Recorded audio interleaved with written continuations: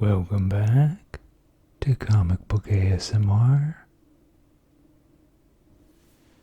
Today we're going to be doing a flip through of a newer art book, The Marvel Art of David Mack.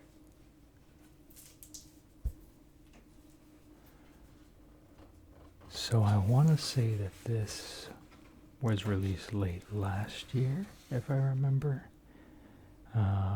No, well, it says February 2024. Maybe I pre-ordered it late last year. I know I got a good deal. Basically, these were on a Kickstarter first, and then I saw them come up on Amazon, and basically one of these was cheaper than the other. There was this one, and then there was the Alex Maleev book, and so I got both of them, and together I think it cost around $90, something like that. And each one of these retails for around $75. This is the Clover Press series. They've put out a few more since, these guys, and anytime there's an artist I enjoy, I kind of make it a goal to try to get that book. So if you're aware of what Clover Press is doing, chances are you're probably going to see those art books for videos on this channel here. So yeah, this video obviously is about David Mack's art here. So as you can see, if you're not familiar with him, David Mack has a really unique style.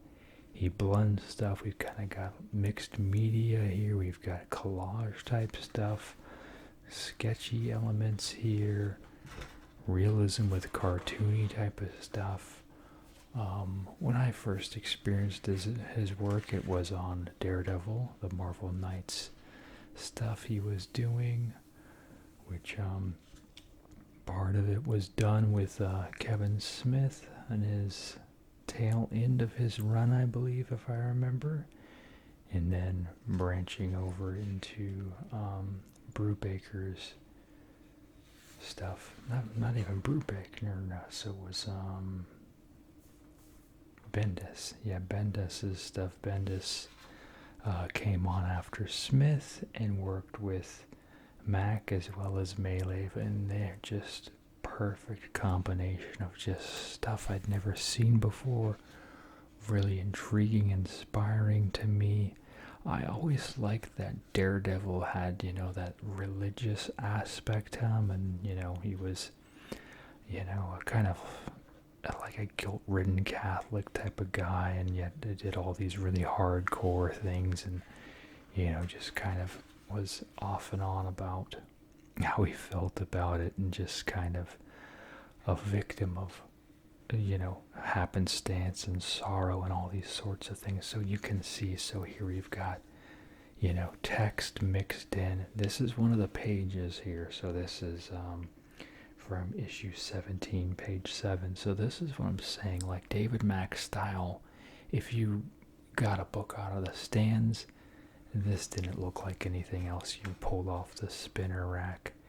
Just really poignant and beautiful. We see here, this initial story was about this kid who basically, he was traumatized because he witnessed his father, who was a supervillain, or a C-list supervillain, go toe-to-toe with Daredevil, and it did not go well.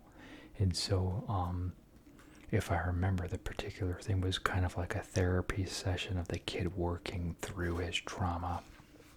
And we learn more about the scenario through the issue, and I'm trying to remember if it took place over several issues or not. But just really, really incredible, unique stuff. And yeah, nothing I'd ever seen prior to this. And we see kind of a Sienkiewicz homage there to the kind of larger-than-life Kingpin that later became famous once again in the Spider-Verse stuff.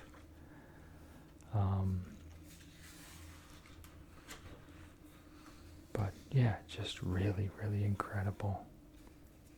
But before this, I want to say, I think he was doing art college he worked on a project called Kabuki, and I have still yet to read Kabuki.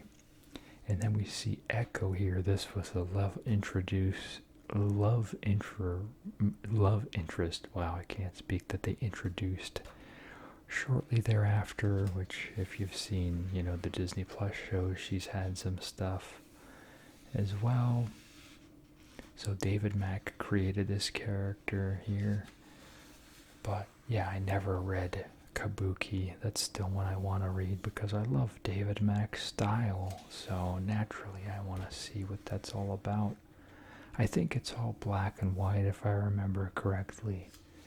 So, part of it you can see David is no stranger to playing in watercolors and all these sort of things and just making really beautiful images here. And as we're turning here, you'll see after a bit some of it is published work, and then you'll see some fan commissions and things too. So this book is Marvel centralized, so you're going to miss out on a lot of outside projects and even seeing Kabuki work and stuff. They mention it here if I remember, but we don't get to see it in here. So, but yeah, I recommend you, if you haven't, go check his stuff out if you're not familiar with him. And yeah, see, here's an instance here. So he was mixed with Joe Quesada, who was doing the Kevin Smith issues. Guardian Devil, I believe, is what the name of the arc was called, if I remember. And even this one too is also a Quesada piece. So yeah, Quesada did the pencils, and then Mack came in and embellished and did his thing over the top of him here.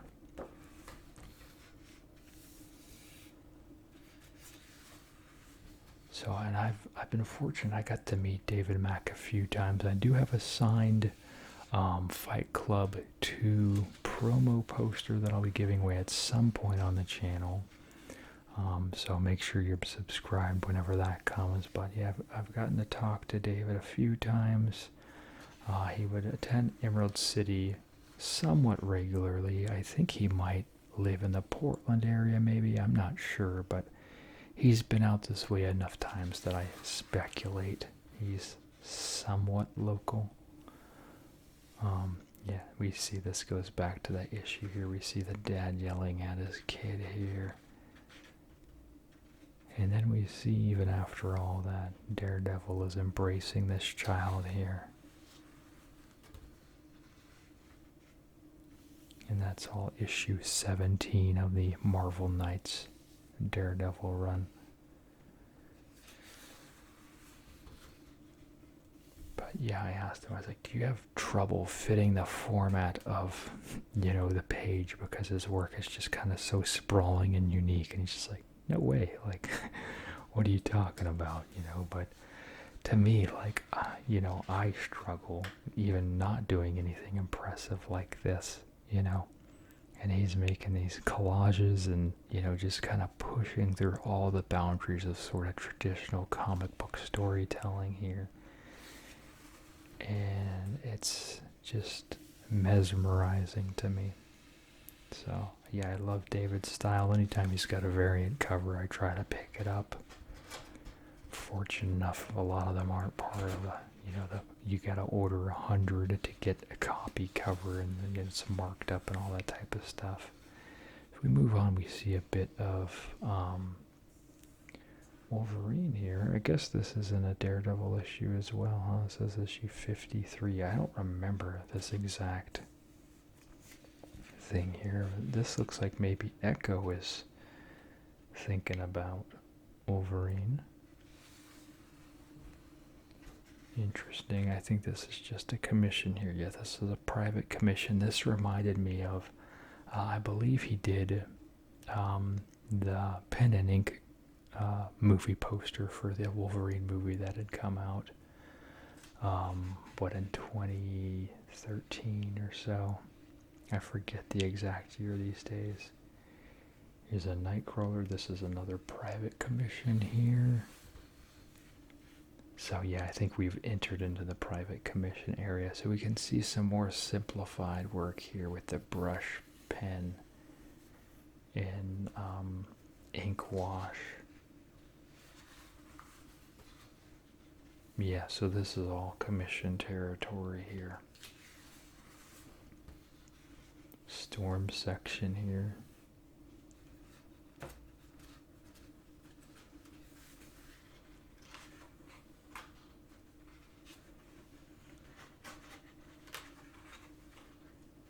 We see some more X-Men. We've got some Rogue and some Jean Grey. Dark Phoenix. I'm wondering if he just made copies initially of these images or how that worked, since these were all private commissions. Maybe that's part of the arrangement. He will still hold a copy digitally of whatever he creates for these people when he makes them. We have Typhoid Mary here.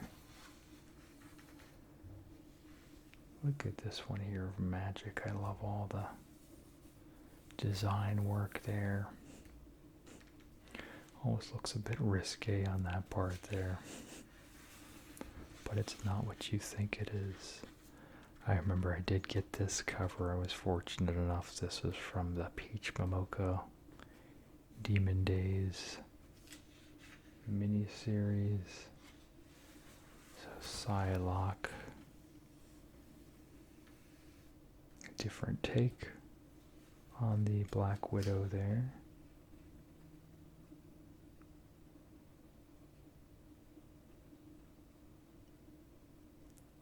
Or that's not even Black Widow, is it? Or it could be. I don't recall. It says Moriko there. I don't know if I ever put that together. We see the Jane Foster Thor there, and then the Captain America variant cover, which I remember was on a Black Panther book, which I thought was very odd. I don't know why they wanted to put that on a regular Captain America cover. And then, yeah, he did the end credits for the Winter Soldier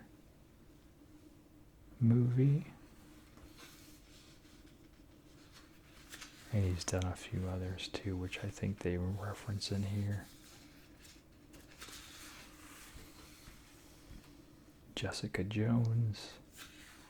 Yeah, Alias was something that he was doing, I believe, prior to Daredevil, even possibly at Marvel. I could be wrong, but I remember that was just kind of one of those things, like I wasn't keyed in on Alias at the time. But could be. We've got the Purple Man here.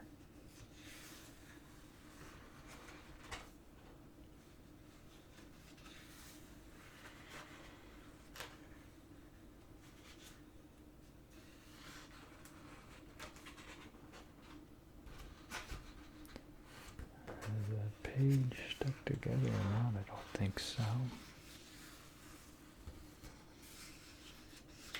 Lots of Jessica Jones here.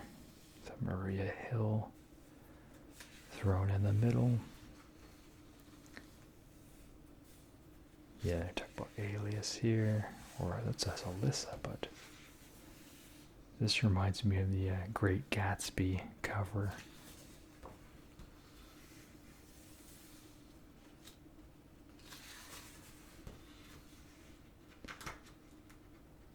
Yeah, here's Alias here. So that's 2003, so I believe that the Daredevil stuff, I'll just check it real quick.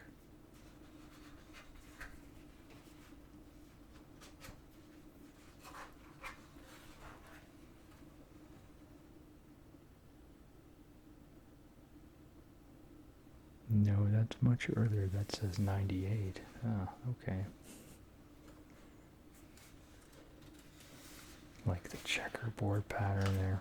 I remember a long time ago I had a Marvel exhibit as well at the Museum of Pop Culture in Seattle.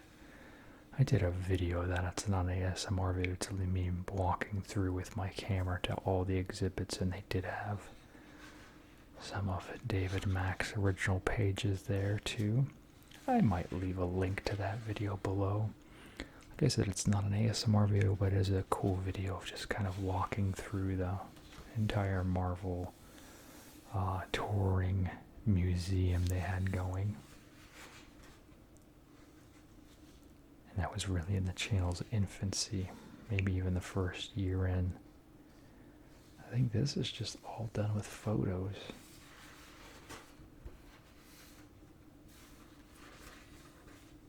Yeah, this is all Alias here. Yeah, I remember seeing that cover on the stands in particular. Have Elektra there.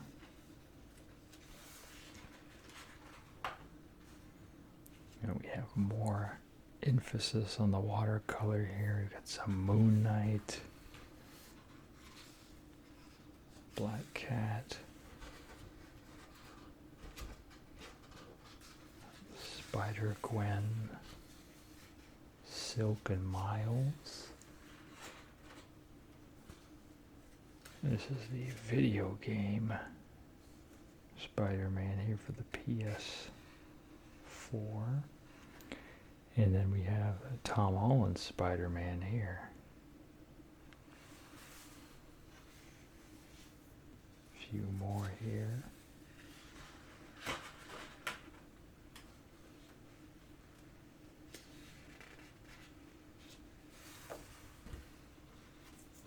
There we have our featured cover image there.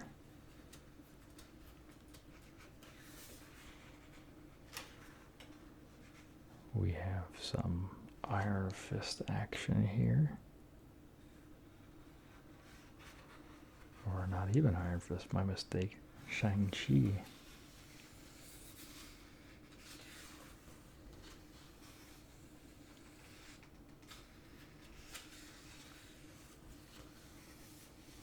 Some more Elektra.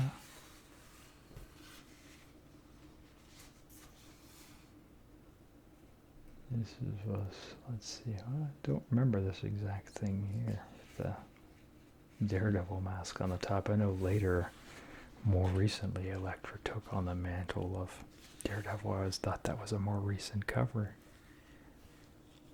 Then we see some more brush pen commissions there.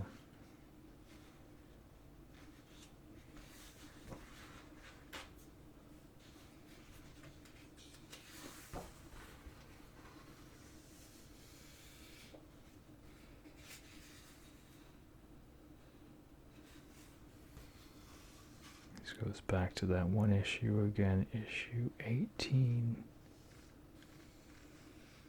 Just the kid there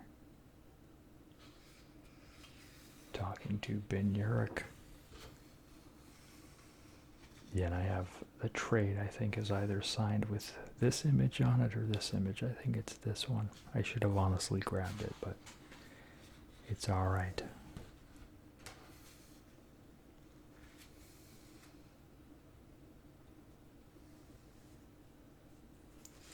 And then we see once again comboing with Quesada here, it looks like. Either that or he's just full on replicating his style there. I don't see Quesada's signature on this, but that definitely looks like more of a Quesada face.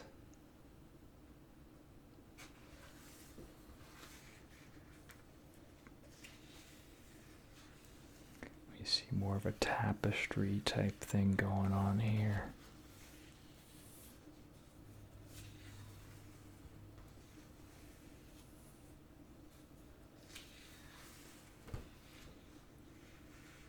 And then there's all sorts of stuff written in here as well. And, you know, obviously I'm not going to read through all that type of stuff.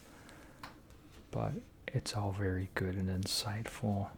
I can't recommend this book or any of these Clover Press books enough.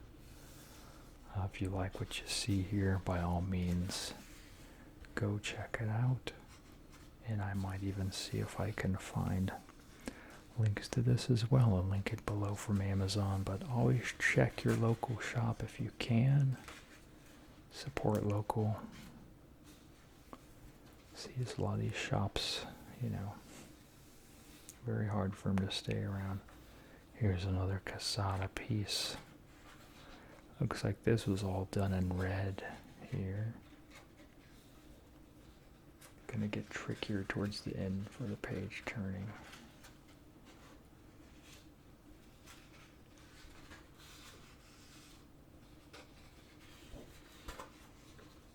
Bullseye and Typhoid Mary there. Look at this more abstract. I like the swirls on the D there.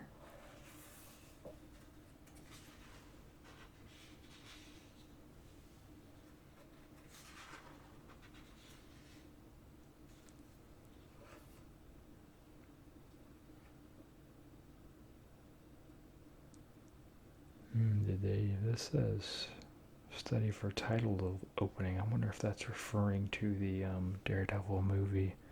I feel like the promo art and stuff, like the movie poster, kind of mimicked that look. Like that exact angle. Some more Kingpin here.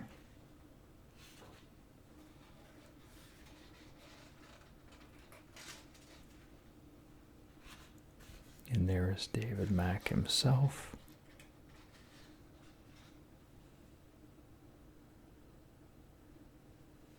There is a documentary apparently called The Alchemy of Art. Haven't seen that. I'll have to look into that. Yeah, so Kabuki was the previous series I talked about, which that was actually like his final he did for art school or whatever college he was doing. He compiled and made this thing and presented it, and then he released it to the public.